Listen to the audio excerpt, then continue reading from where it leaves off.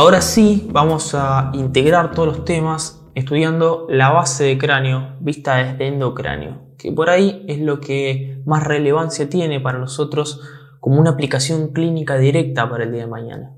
Vamos a ver que obviamente esto es anterior, posterior, superior e inferior, y tenemos la bóveda craneana que aloja al sistema nervioso. Hacia anterior tenemos un piso. Y en algún punto, si yo pudiese ser pequeñito y venir caminando por acá, en algún punto me caigo.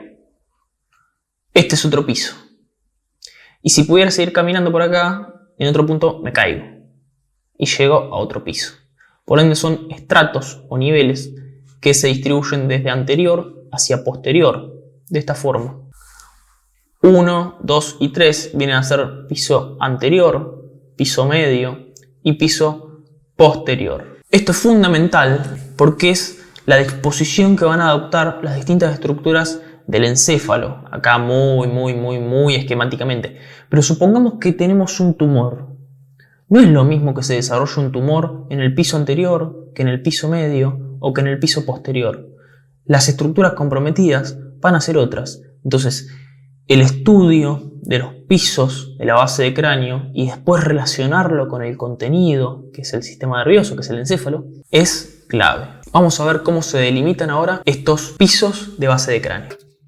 En una vista superior de la base, obviamente esto es anterior y esto es posterior, derecho e izquierdo, vemos que lo que delimita hacia anterior es esta región de acá, que es del hueso frontal. Particularmente es la porción vertical del frontal.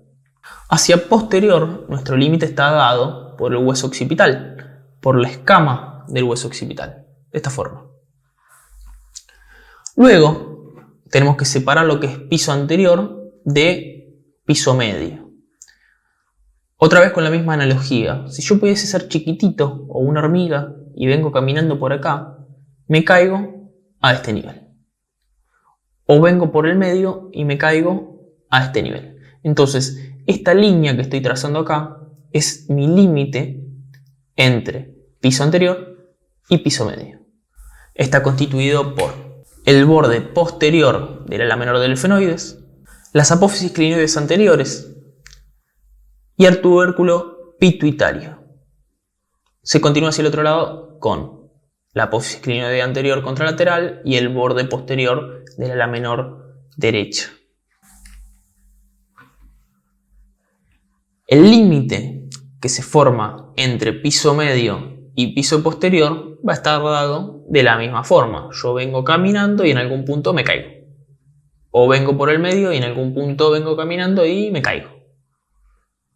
Si yo trazo una línea, se dibuja de esta forma el borde superior del peñasco, las apófisis clinoides posteriores y la lámina cuadrilátera a este nivel. Apófisis clinoides posteriores, lámina cuadrilátera. Y se continúa obviamente con el borde superior del peñasco contralateral. Trucu, ahí están anotaditos. Sucesivamente tenemos el límite anterior, el límite entre piso anterior y piso medio, el límite entre piso medio y piso posterior y el límite posterior finalmente. De poco sirve que yo a ustedes le cuente como un loro lo que atraviesa por cada agujero que hay en la base de cráneo si ustedes no conocen esos nervios o esas arterias. Simplemente va a ser una mención. Así, el piso anterior está compuesto por los siguientes huesos.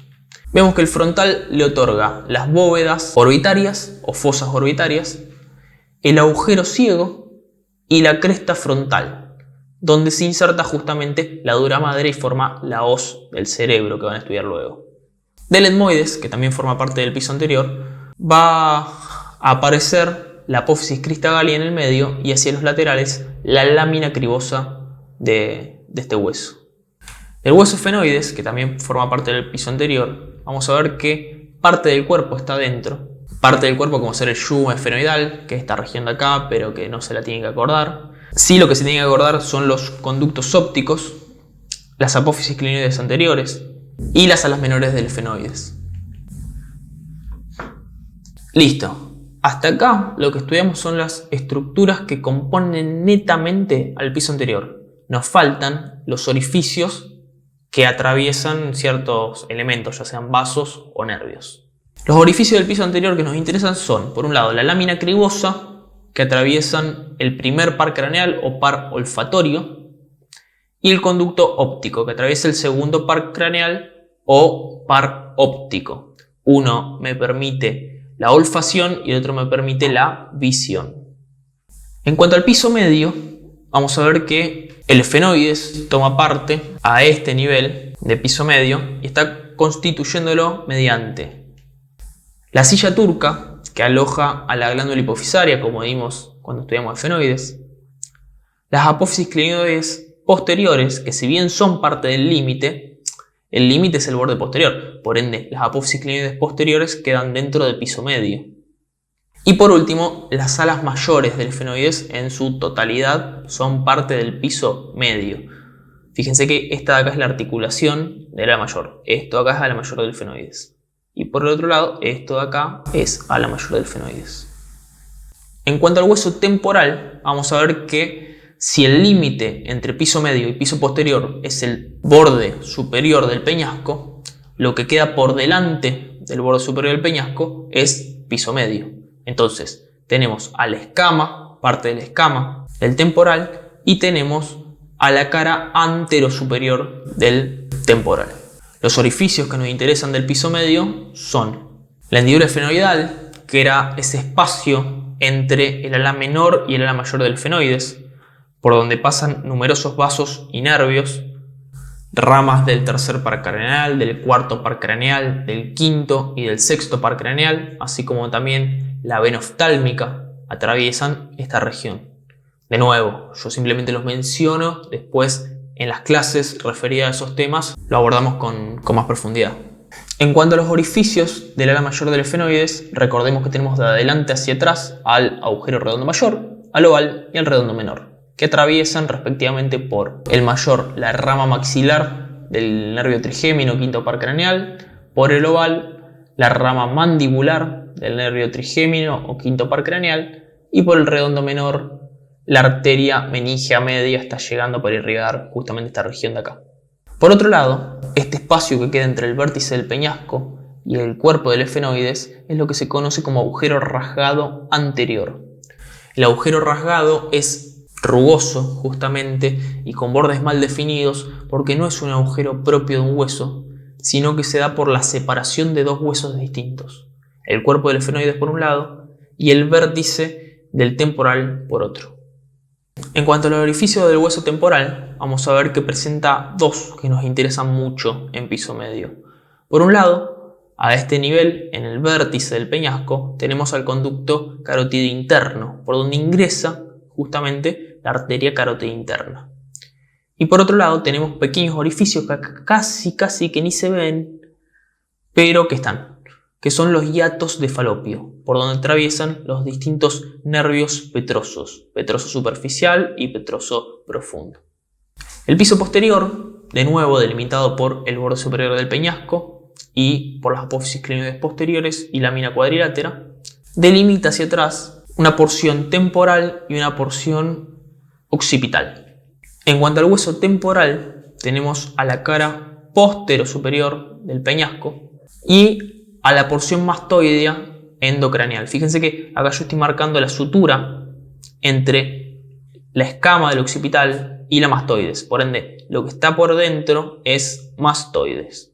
Por parte del occipital, tenemos todas las partes del occipital, tanto la apófisis basilar como las masas laterales y la escama del hueso occipital. En cuanto a los orificios del piso posterior, vamos a mencionar los más importantes. Por un lado tenemos, recuerden, a nivel de la cara posterior y superior del peñasco, al conducto auditivo interno, por donde atraviesa el séptimo par craneal, el octavo, así como también lo acompaña la arteria auditiva que va a irrigar esa región.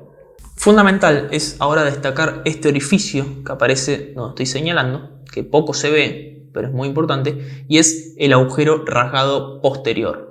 Si en el piso medio tenemos el agujero rasgado anterior, acá tenemos el agujero rasgado posterior. Y como tal, no es un agujero propio de un hueso, sino que se da por la separación de la sutura. en este caso entre peñasco y las masas laterales del occipital. Entonces, esto es peñasco, esto es masa lateral del occipital, queda un espacio en el medio que es justamente el agujero rajado posterior. Por él van a pasar numerosos nervios, atraviesan los pares craneales 9, 10 y 11, que son los conocidos pares craneales bajos. Recuerden que lo que es sangre venosa está volviendo hacia el corazón. Por ende, acá justamente no está llegando hacia la cabeza, sino que se está yendo y es el origen de la vena yugular interna. Así, si recordamos el concepto de seno venoso, que es el retorno venoso de la sangre del encéfalo, el seno lateral termina en el seno sigmoideo y el seno sigmoideo finaliza en este nivel en el agujero rajado posterior. Por ende, toda la sangre venosa termina en el seno sigmoideo y de este hacia la formación de la vena yugular interna. En cuanto a los agujeros del occipital, a este nivel hay un orificio que es el agujero condilio anterior, por donde pasa el 12º y último par craneal. Y por último tenemos este gran orificio en el medio delimitado por apófisis basilar, masas laterales del occipital y escama del occipital, que es el foramen magno. Por el foramen o agujero magno atraviesa tanto la médula espinal para convertirse en bulbo raquídeo, junto con numerosas otras estructuras, como por ejemplo parte de nervios del 11º par craneal o lo acompaña la arteria vertebral. Haciendo un repaso general en este cráneo óseo de las características principales del cráneo, recordemos que es una bóveda que tiene la capacidad de alojar, o sea que tiene un contenido, hasta 1500 centímetros cúbicos, principalmente de elementos del sistema nervioso, ¿no? Por ende, de esta bóveda, en donde acá estamos viendo la base de cráneo, vamos a hacer un pequeño repasín acerca de justamente las estructuras de la base de cráneo. En endocráneo vemos que este borde, que es el borde posterior del ala menor del efenoides, va a ser el límite a este nivel entre lo que es piso anterior de piso medio. Esto es lo que yo les decía, que si pudiese venir caminando por acá, en algún punto me puedo caer de piso anterior hacia piso medio. El borde posterior del ala menor del efenoides se continúa con las apófisis clinoides. A su vez, si yo sigo este borde, el límite entre piso anterior y piso medio viene a ser el tubérculo pituitario. De esta forma, las estructuras que tenemos dentro del piso anterior son las bóvedas craneales, que tienen esta gran convexidad justamente para alojar al globo ocular. Esto por parte del frontal. Y en cuanto al etmoides, tenemos a la apófisis crista galli, que acá sí se ve que es bien como una cresta de gallo, y a los lados las láminas cribosas, con numerosos agujeritos para los filetes del nervio olfatorio. Si damos vuelta el cráneo, ahora viéndolo bien desde frente, vemos la porción vertical del hueso frontal, la porción horizontal del hueso frontal y cómo se continúa hacia atrás a este nivel con la masa lateral del etmoides, con la cara externa de la masa lateral del etmoides. A este nivel tenemos las alas menores del efenoides. Por ende, en piso medio tenemos las alas mayores del efenoides. En el medio tengo la hendidura efenoidal. Si volvemos a cavidad orbitaria, la hendidura efenoidal está representada a este nivel. Es decir que por dentro, donde está el conducto óptico, tenemos al ala menor del efenoides. Y por fuera tenemos al ala mayor del efenoides. Llegamos a piso medio. El límite posterior del piso medio es borde superior del peñasco, apófisis clinoides posteriores con la lámina cuadrilátera. Y el contenido va a ser la cara anterior superior, porque estoy mirando hacia anterior y hacia superior, del peñasco, y las alas mayores del efenoides. Las alas mayores del efenoides cuentan con el agujero redondo mayor, el agujero oval y el agujero redondo menor ahí pequeñito. O de este lado se ve mejor, agujero redondo mayor, agujero oval y agujero redondo menor. Fíjense esta particularidad que lo estudiamos en la clase de efenoides, que el agujero redondo menor y oval miran inmediatamente para abajo, hacia inferior, mientras que el redondo mayor mira hacia adelante. Y esto es fundamental. Vamos a ver ahora la cara exocraneal inferior. Y a este nivel yo veo agujero oval y por detrás agujero redondo menor, pero es imposible que yo vea el agujero redondo mayor, porque el agujero redondo mayor lo tengo que ver desde anterior. Si nos adentramos un poquito más, tenemos un gran orificio que es el vértice del peñasco, que es el orificio de ingreso de la arteria carótida interna. La carótida interna, fíjense que sale inmediatamente al lado de la silla turca, donde apoya la hipófisis. Por ende, deduzcan conmigo que cuando la arteria carótida interna llegue acá adentro, va a tomar una relación inmediatamente lateral con la glándula hipofisaria que está a este nivel. Por acá aparece la carótida y acá, inmediatamente al lado, está la hipófisis. En cara exocranial, vemos que a este nivel tenemos el peñasco. Esto es anterior, esto es posterior, interno y externo. Este es el borde inferior del peñasco.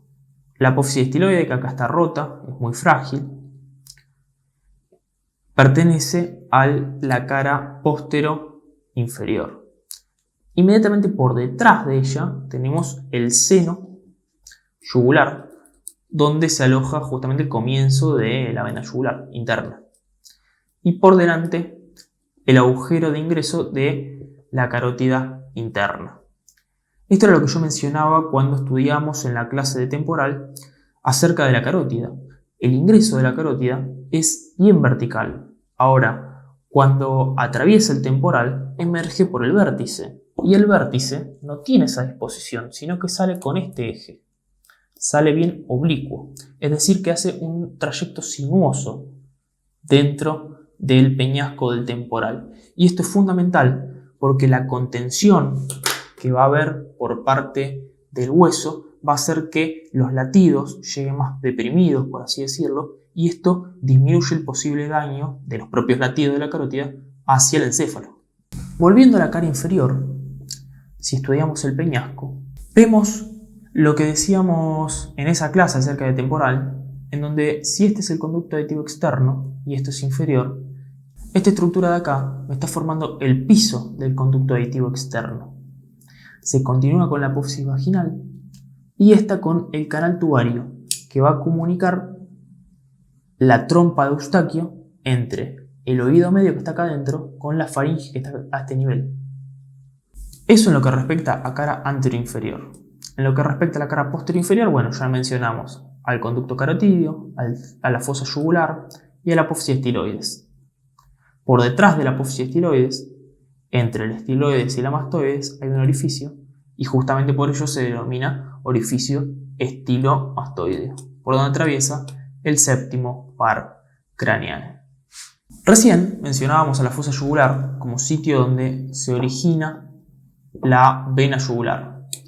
Damos vuelta y acá volvemos a explicar lo que hablamos hace un momento. Si este es el canal del seno lateral y se continúa con el canal sigmoideo a este nivel, termina en el agujero rasgado posterior, en ese nivel, donde es el comienzo de la vena yugular.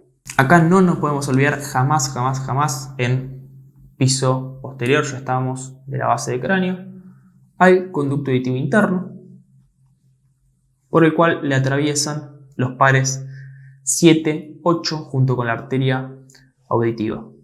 Delimitado por la apófisis basilar del occipital, las masas laterales y la escama del occipital, tenemos al agujero foramen magno, por donde atraviesa el raquis medular, la médula, y se convierte en bulbo raquídeo.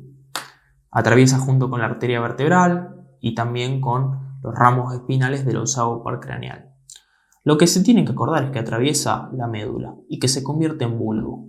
El bulbo se va a apoyar luego en esta región de acá, que es la apófisis basilar del occipital. De esta manera. Una memotecnia muy interesante cuando estudien pares craneales, respectivamente por piso anterior, medio y posterior, van a emerger los distintos nervios craneales, que son los pares craneales, y se van aumentando de a pares. ¿Qué quiero decir con esto? Por el piso anterior emergen dos pares craneales: el olfatorio o primer par por la lámina cribosela etmoides y el óptico por el conducto óptico o segundo par craneal. En el piso medio emergen cuatro pares craneales, que son el tercer, cuarto, quinto y sexto par craneal, que lo hacen a través de la hendidura esfenoidal, entre la menor del efenoides y a la mayor del efenoides. Y algunos ramos del quinto par craneal lo hacen por el agujero redondo mayor o por el oval. Hasta aquí en piso medio van 4 pares, en piso anterior eran 2. Son 12 los pares, por ende los 6 restantes emergen por piso posterior. Por eso son 2, 4 y 6. Los pares craneales que emergen por piso posterior son el 7 y el 8 a través del conducto auditivo interno, el 9, 10 y 11 a través del agujero rasgado posterior y el 12º par craneal a través de su propio conducto o conducto condilo anterior. Se llama conducto condilo anterior o conducto del hipogloso, es lo mismo. El conducto del hipogloso, que es el único que nos faltó mencionar, si volvemos a exocráneo, estudiamos a los cóndilos occipitales dentro de las masas laterales del occipital, a la apófisis basilar del occipital. Por delante de los cóndilos hay un orificio que allí se aprecia, es el agujero condilo anterior o agujero del hipogloso, por donde emerge el 12º par craneal. Finalizamos así esta clase de base de cráneo y cerramos el ciclo acerca de cráneo óseo.